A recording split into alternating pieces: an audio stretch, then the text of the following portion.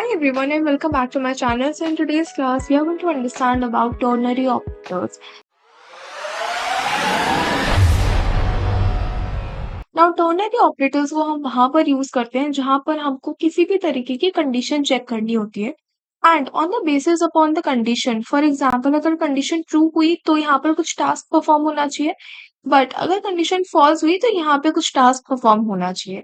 It is very similar to what we are doing in the if else statement. If else में क्या होता है, हम यहाँ पर इफ लिखते हैं, इसके अंदर हमारे पास कंडीशन आती है ना, if the condition is true तो हमारे पास इफ वाला ब्लॉक एग्जीक्यूट हो जाता है.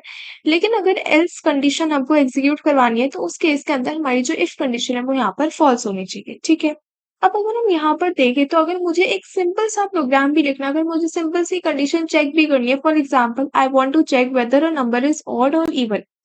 ठीक है, अगर मुझे सिंपल सा ये भी प्रोग्राम चेक करना है तो उस केस में भी मुझे यहाँ पर एटलीस्ट 3 लाइन्स को एग्जीक्यूट यहाँ पर करवाना होगा. लेकिन टर्नरी ऑपरेटर यहाँ पर क्या बोलता है that this is the only operator where you have to use 3 operands. आप यहाँ पे क्या कर रहे हो, आप यहाँ पे 3 ऑपरेंड्स को यूज करते हो. Firstly which is the condition.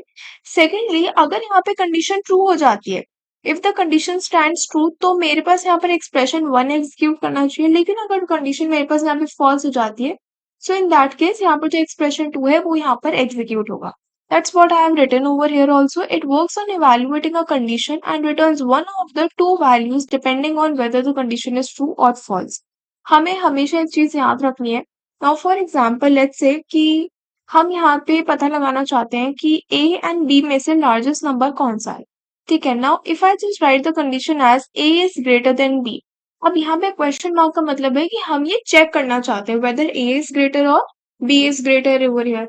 अब अगर A is greater then B और अगर ये कंडीशन यहाँ पर ट्रू होती है, इन दैट केस मैं यहाँ पर प्रिंट करवाना चाहती हूँ A इज ग्रेटर. ठीक है, A इज ग्रेटर हम यहाँ पे प्रिंट करवा सकते हैं.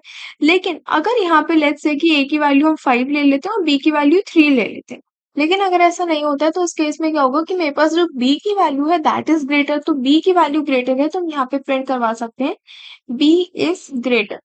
ठीक है, तो इस तरीके से हम क्या कर रहे हैं, हमने कंडीशन भी चेक कर ली और कंडीशन के बेसिस पे हमें जो प्रिंट करवाना है हमने वो भी प्रिंट करवा लिया. But all of it is printed in just 1 line.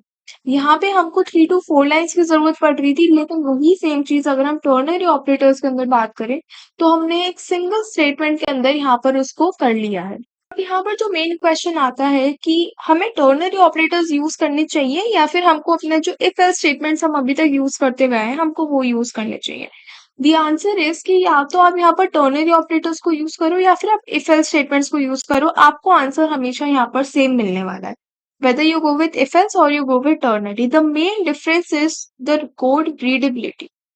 The code readability. अगर आपको ऐसा लग रहा है कि आपको एक ऐसा क्वेश्चन यहाँ पे सॉल्व कर रहे हो जिसको आप सिर्फ एक ही लाइन के अंदर यहाँ पे कंडीशन लिख के उसको सॉल्व कर सकते हो, so then you should go with the ternary operators. लेकिन अगर लेट्स से आपके पास कोई ऐसी कंडीशन है जिसके अंदर हमको नेस्टेड लूप्स को यूज करने की जरूरत पड़ रही है, हमको नेस्टेड कंडीशंस यूज करने की जरूरत पड़ रही है, तो उस केस के अंदर आप इफ एल्स को यहाँ पे प्रेफरेंस दे सकते हो. Because when we are talking about the ternary ones तो वहां पे हम सिंपल करना चाहते हैं चीजों को, हम सिंपल चीजों को कॉम्प्लेक्स नहीं करना चाह रहे. तो अगर आप यहाँ पर भी नेस्टेड करवाना चाहो तो वो आप कर सकते हो, but it is going to become more complex that can result in the difficulty to read the code. Now अगर इसके 2-3 हम एग्जाम्पल्स यहाँ पे डिस्कस करें, सबसे पहले लेट्स सी हम ये चेक करना चाहते हैं weather a number is greater और स्मॉलर. सो लेट्स से यहाँ पर 2 नंबर्स को इनिशियलाइज कर लेते हैं, 10 कर लेते हैं एंड b की वैल्यू को यहाँ पर हम 20 से इनिशियलाइज कर लेते हैं. ओके, इसके बाद हम एक मैक्स नाम का एक वेरिएबल यहाँ पे क्रिएट कर सकते हैं. मैक्स वेरिएबल के अंदर बेसिकली जो हम कंडीशन यहाँ पर चेक करने वाले हैं उसका जो भी रिजल्ट होगा वो मेरे पास इसके अंदर आकर स्टोर होना चाहिए. जैसे हम यहाँ पर चेक करना चाह रहे हैं that is a greater than b. अगर a की वैल्यू b से ग्रेटर है, ये हम यहाँ पर चेक कर लेंगे. उस केस में यहाँ पर क्या होना चाहिए, उस केस में अगर a की वैल्यू बड़ी है तो मैं चाहती हूँ कि a की जो भी वैल्यू मेरे पास है वो मेरे पास मैक्स के अंदर आकर यहाँ पर स्टोर हो जाए. लेकिन अगर ऐसा नहीं है, इन दैट केस यहाँ पर b की जो भी वैल्यू है वो मैक्स के अंदर यहाँ पर आकर स्टोर हो जाए. एंड लास्ट में हम क्या कर सकते हैं, हम मैक्स की वैल्यू को यहाँ पर प्रिंट करवा सकते हैं which is largest number is percentage d and here we can write max. तो इसकी जो भी वैल्यू आएगी वो हमको यहाँ पर मिल जाएगी। नाउ बिकॉज यहाँ पे b की जो वैल्यू है that is 20 and which is greater then 10, तो मैक्स के अंदर हमारे पास 20 आके सेव हो जाएगा एंड एज एन आउटपुट भी हमको यहाँ पर 20 मिलेगा। So the largest number we have got here is 20 over here. ठीक है ना? For example, अगर a की value let's say we have taken as 50, अब अगर हम इसको एग्जीक्यूट करवाएंगे तो यहाँ पर कंडीशन चेक होगी। Here condition stands true because 50 is greater than 20. तो यहाँ पे कॉलन के जो पहले वैल्यू होगी which is going to be the expression 1, उसकी वैल्यू मैक्स के अंदर आएगी और उसको हम यहाँ पर प्रिंट करवाएंगे। तो यहाँ पे we have got the largest number is 50 over. ठीक है, तो इस तरीके से हम काफी सारे क्वेश्चंस यहाँ पे सॉल्व कर सकते हैं। Now for example if we talk about this odd and even function, तो अगर मुझे चेक करना है कि कोई भी नंबर ऑड है या फिर इवन है, let's say n is the number. Now if I am giving a mod of 2 with n and अगर इसका आंसर मेरे पास 0 के इक्वल आता है, आंसर मतलब यहाँ पर अगर रिमाइंडर 0 के इक्वल आता है, दैट मीन्स कि हमारा जो नंबर है that is an even number.